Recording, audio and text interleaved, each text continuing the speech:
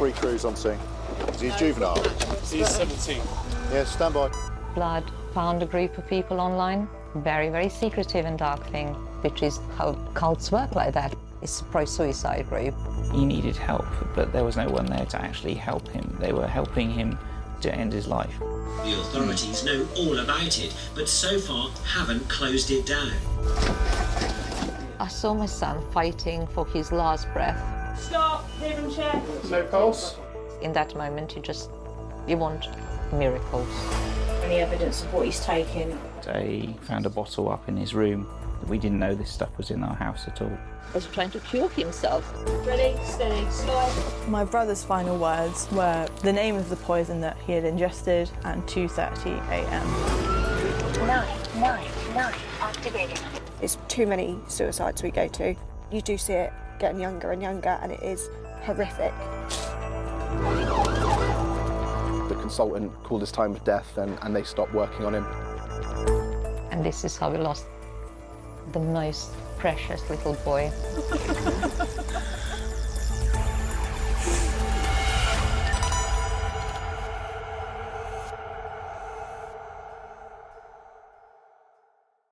Hi, I'm Masha and I'm one of Vlad's oldest sisters. I'm Mia, I'm the eldest. Vlad was my baby brother.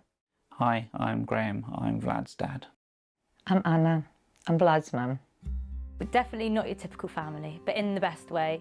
When I found out I was getting a new brother, I was very excited. And he was everything I dreamed him to be, little chubby baby with the curly locks. Oh, it was beautiful. He was a lovely little kid, so friendly, so happy.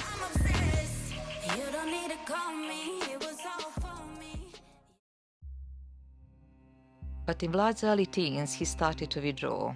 He became very solemn. They diagnosed him with anxiety and depression. Over the few years, things drastically got worse with sort of self-harming and being very isolated, not talking to many people. He was saying that he feels different than other children. He wanted to be tested for autism, and yes, he was diagnosed that he's on the ASD spectrum. Knowing he was autistic helped Vlad come to terms with why he felt different, but he still struggled. I went to Bristol for uni.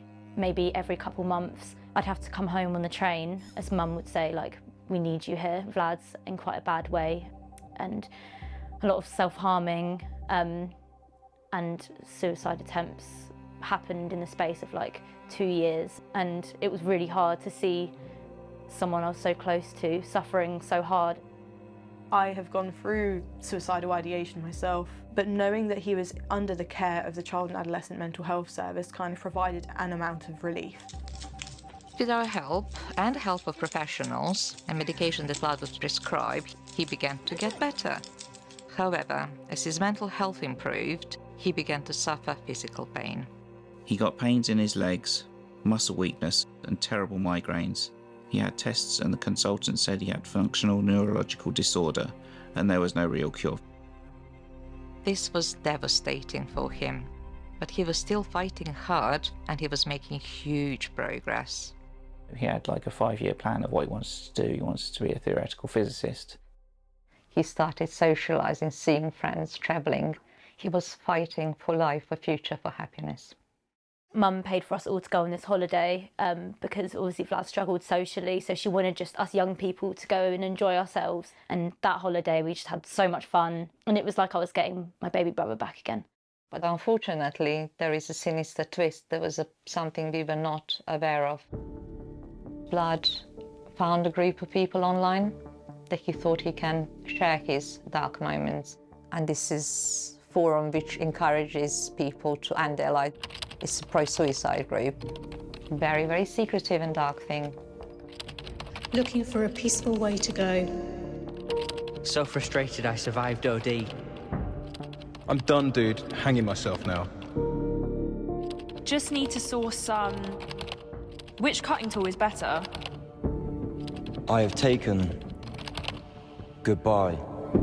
Goodbye, friend. See you on the other side. Rest well. Safe travels. It's just horrendous. He needed help, but there was no one there to actually help him. They were helping him towards the end, to end his life. Even if people using this forum struggled and they think that that is for them the best way to deal with it. No one knew my brother well enough to make any decisions about his life. Even though he was doing better, he was still vulnerable. All it takes is an echo chamber like that that reinforces pro-suicide beliefs to push somebody over the edge. Vlad has passed away age 17 on 7th of May 2024.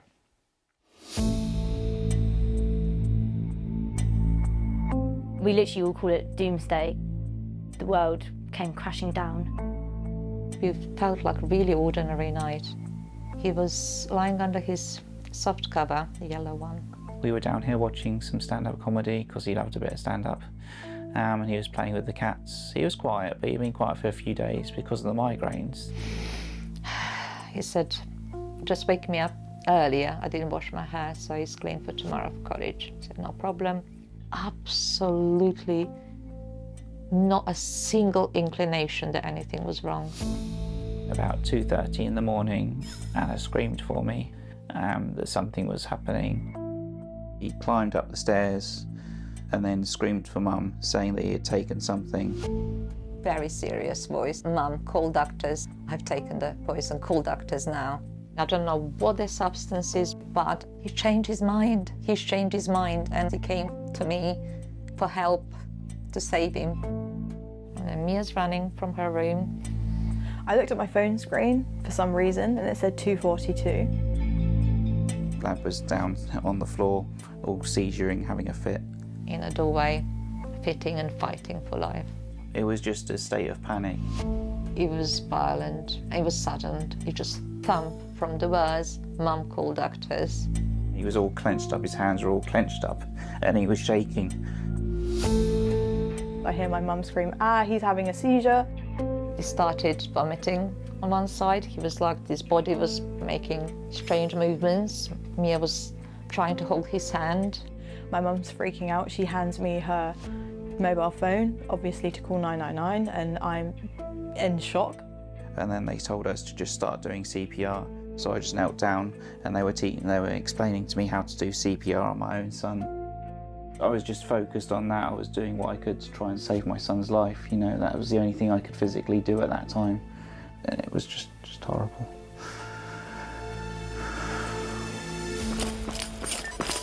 Then ambulance came and police came as well. 3 crews on scene. Is he a juvenile? He's 17. Yes, stand by. It was quite chaotic there. There was a lot of paramedics there. Obviously, my 2 PCs were there. You just give me a hand clearing some stuff out of the way for ambulance. You've got a 17-year-old kid who was incredibly poorly. They found a bottle up in his room with some crystalline powder in it. We didn't know this stuff was in our house at all. I saw my son fighting for his last breath. Rhythm check, please. Stop, rhythm check, EA. No pulse. No pulse. I keep saying, like, just help him, just do something. I know they were doing things, but in that moment, you want miracles. Inside. I think that's Mum down that way. I ended up in the kitchen on the floor praying, and one of the policemen asked me, are you religious? Because I remember that question. I said, I don't even know what am I just want my son to be okay. Top of the stairs on the landing. Seeing him laying there, surrounded by paramedics with all this kit on him, doing chest compressions, and every 30 seconds check for a pulse, no pulse. There were lots of beeping sounds. That went on for 2.5 hours. No pulse. I was asking, why are they saying no pulse? Why are they saying no pulse? Vlad's mum came out of the address. The sergeant brought her over to our car. It was very scary. His nails done blue so quickly. I've never seen anything like that. She was obviously absolutely beside herself. Yeah, I just want him to be able to speak so he can tell us all that, to be well. There was a lot. There was a lot going on. It was just horrible seeing how Mum was. I was trying to cure himself. Me and Sophie tried to keep her mind off of what's happening inside her house. Abby's already got the stretcher there ready to go. Moving him down and out of the house and into the ambulance was very difficult. Steady, steady. Especially as they were using the automated CPR machine. Right, hang on. Feet up. So just drag him over that and then we'll go straight out. I was just really hoping Vlad would make it. I literally just stood over him, watching him, hoping and praying he would wake up, but he just didn't. And then they took him to the hospital. 999 activated.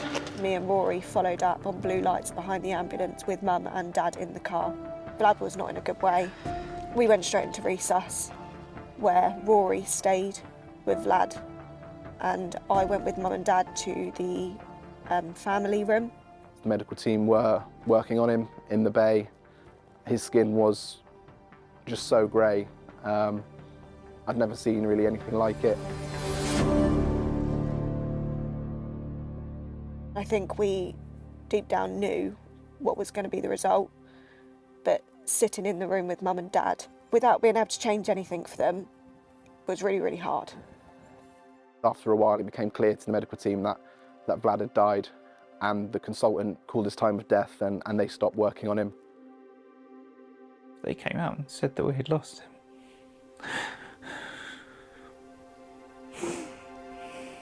They all left the bay at that point, the medical team, and I had to stay with Vlad. And I remember being the age that he was when he died, and I couldn't imagine being in such pain and dying in pain when you didn't want to, and that you realised what you'd done was a mistake. I started crying, even though I had a job to do. I couldn't stop the emotions. I remember being there for Rory, who was particularly struggling, and I was just trying to stay as professional as possible, because for the family it's horrific, and it's their pain that you see. I called Mum. I was calling her non-stop, and I was like, what's going on? Like, why do I, like, what is it? And straight away it clicked in my head. I was like, is it Vlad? And she was like, you need to come home. He's not with us anymore. I was just in pieces. I just couldn't believe. I didn't want to believe it. As a professional, we covered everything we needed to cover. As a person, this stayed with me. It's too many suicides we go to, and you do see it getting younger and younger. I'll never forget Vlad. I don't think I want to.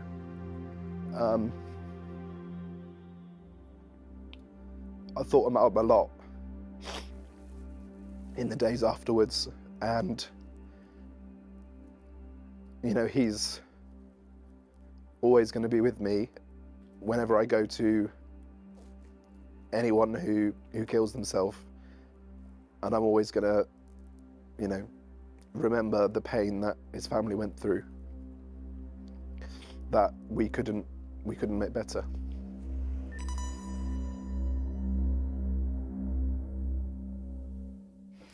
Right, Vlad's room feels so empty now. Yeah, he should be sat right there.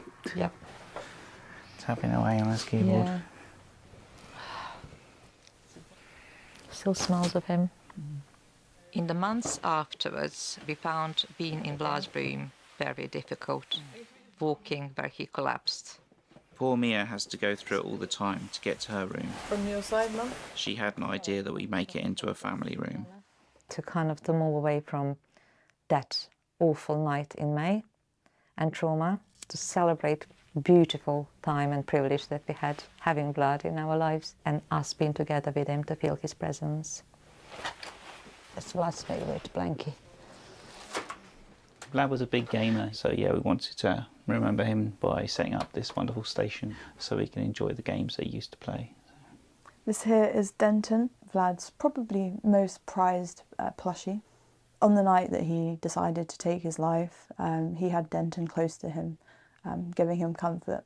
We found it on the sofa where he had consumed the poison. Right, so his bedroom's this front one here.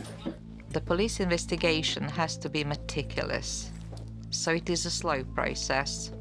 So we've been trying to find out more ourselves by reading all of Vlad's posts on the forum. And I found news articles online, including Angus Crawford at BBC. He's been reporting on this particular website and the poison for years. I want to talk to you about the poison you're selling. To my horror, reading back through Vlad's forum messages, I could see he'd ordered poison from this same seller on the same day the BBC exposed him. I don't sell them. The seller had messaged Vlad explaining his order was delayed due to the BBC report. He called it a misunderstanding. The order would ship soon and not to worry. But the package from Ukraine was found still intact in our house, so it wasn't the poison Vlad swallowed. He got that from another country. We found that he'd ordered from different suppliers. We watched Angus's report on the 10 o'clock news. People are using the forum even to find partners to die with. It's a match-up site for the suicidal. Those posts were made by Angela's son, Brett. It's just absolutely vile. Yep. The authorities know all about it, but so far haven't closed it down. I mean, how is that not a crime? I really don't understand how is that not a crime. Even more worrying, we've found dangerous men using it to target young women. Anyone can come across it. Any age. Child can come across it. There is no checks. Because we were reading the threads that our son was having with people. It's just how slowly escalates. And then you have private chats and then led down that path, the path of death. Then they just ban the account. That's it. The forum's done its job. Vlad changed his mind. It's too late now. It's too late now. It might not be late for others, so I think it's really important that... And that's why we're making this documentary, to try and prevent other people having to deal with what we're dealing with right now. Just this is absolute... It's just hell. Hell. Hi, yeah, it's Angus. How are you? This was Vlad's room. It's been somewhat memorialised. Very much still sort of Vlad's spirit here. Absolutely. So the report I did most recently, did that help you in any way understand a little bit more about the forum? Did it raise more questions than it answered? We were in shock watching it, realising this is a breeding ground for all the predators possible. There is almost definite grooming taking place on these websites. Which is really disturbing. The site needs to be taken down. There's 50,000 people on this forum. They're not getting help. They're getting instruction of how to end their lives, and then they're getting people to say good luck when they found all their substances. We wish you luck, we wish you find peace. Where's the peace for us? And for other families that lost their loved ones, some sort of justice, because it does not feel fair. The people who sold the poison, the people who encouraged it, how is that legal? They're alive. Our son is dead. It's very dark. The big unanswered and awful question is, how many people may have died after interacting with it? And in the UK, we have a list of 70 names which we can verify, but we know that one particular method that Vlad chose, we believe that's connected to about 130 deaths in the UK. And you're a trained psychotherapist. Your job is to help people in distress. Do you detect, when you see this forum, anything in it which is designed to help people recover?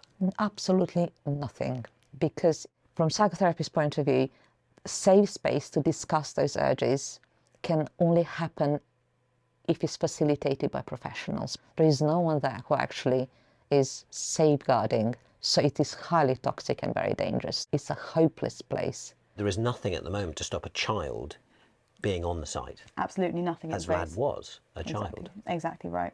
It's just the tick box. And you, bravely I think, have spent time in the forum talking to moderators. What did you learn? When they discovered that my brother was a minor, they acknowledged that that's not something that they want on their site. They answered a couple of my questions, saying, we have since updated the rules to include, do not conceal or interact with minors. A member on here was apparently aware of my brother's age, but did not report this to us. If we knew, we would have taken action. See, that's quite an admission. They are moderating a forum which openly has children on it. In fact, they aren't moderating a forum. Yeah. It's sort of the Wild West, really. Absolutely right. Does it feel to you like it has certain characteristics of a cult? Definitely, because Vlad was slowly taken away from us. So there is the whole secret life, which is how cults work like that. And then it spirals. He was sucked in because that is the grooming, that is the scary element, like a brainwashing. So he felt like he belonged. I mean, when you look at the messages, yes. It's clear he started off as a vulnerable, slightly shy member who then grew in confidence, and by the end was talking openly about methods of suicide and trying to assist other people in finding out about methods of suicide. He became quite an active member. Is that a difficult thing for you to know now? If I'm to look at the surface, yes, that's shocking. However, knowing how loving and caring Vlad was and how vulnerable he was and how much he needed to belong, and when we put grooming and brainwashing and kind of cult element, I can sort of understand it. And we put an autism into the whole thing. It's like... Yeah. So Yeah. he'd have taken it as a literal, I want help. Literal. You want to help? They had a post where, how do you want to be remembered? And this is what he wrote. All I've ever wanted is to be able to help people and make them smile. My kindness was my true downfall. I focused on everyone else's needs before I began to consider my own.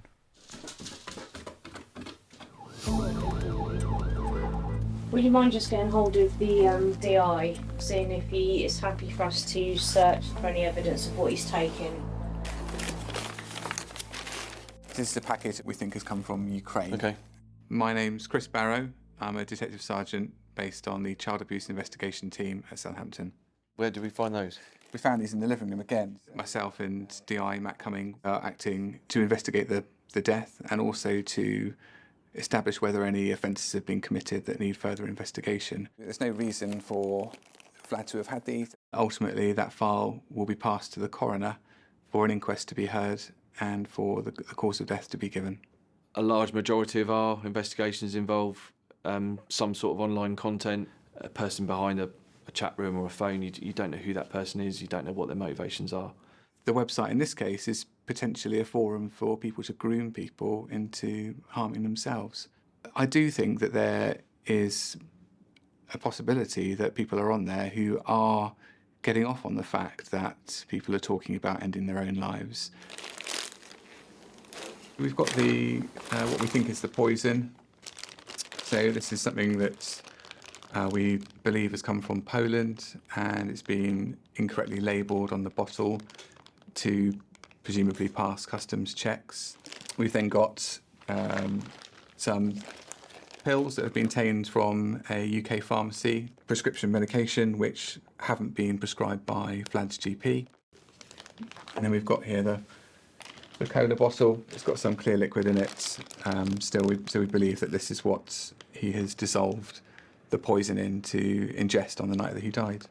It's not been easy for Vlad to get hold of them. He has researched and understood and been told where to buy these things and what to buy in the first place. So, without the website, Vlad wouldn't have been able to put together this set of items and ingredients with which to take his own life. It's been almost 6 months now since Vlad passed, so we're just looking for any updates. Unfortunately, we still don't have the full post-mortem results, which aren't expected for another few months. Has there been any investigation ongoing in relation to the forum? We've managed to establish that it's based in South America and that it was being hosted by a server in the United States. So we know that it's not a UK-based server, which does make it difficult. If somebody in a different part of the world were to encourage or incite, then they are the ones committing the offence, and it's very difficult for UK law enforcement to investigate them for what they've done. How many more people need to end their lives in the same way before it becomes an Interpol-level investigation? I know that it's definitely on the radar of international law enforcement, both from within the UK and from outside of the UK. Vlad's case is very much able to be part of that if it forms part of that wider investigation. So there is no new other evidence that you can share with us that... Not that we have at the moment that I can share, I'm afraid, no. Yeah, that's okay. It's taking a long time, but it's good that they're doing a really good and thorough job rather than rushing it. I'm really hopeful that something will come out of investigation, because there are players in the whole story that have crossed the line of decency, of human decency, of humanity.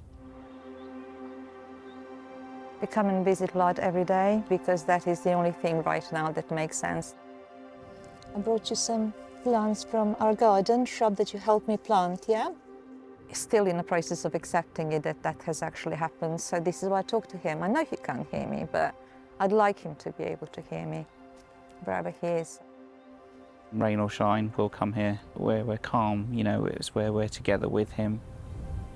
Everything is homemade by us, including your cross is homemade. Mia's engraved your name. We watched a bit of a nature programs yesterday. Yeah, you would have loved it. Give him updates. And then we light a candle. That's it. Sometimes paint a stone. We're all dealing with it in our different ways. In a strange way, it feels quite nice to come to the cemetery. So I do feel like he is here with us and he's got a beautiful spot and we've made it as lovely as we can. I just kind of feel his pain, really. I am a lot happier now that his grave is marked. It kind of makes it feel more of an appropriate resting place. He went in agony. I can't even start imagining the terror that he went through. The government said, intentionally encouraging suicide or the serious self-harm of another person is illegal. Once the Online Safety Act is fully implemented, platforms will have to remove this illegal suicide and self-harm content, as well as stop children from seeing harmful suicide-related material, even when it falls below the criminal threshold. If you've been affected by some of the issues raised in this film, details of help and support are available on the BBC Action Line.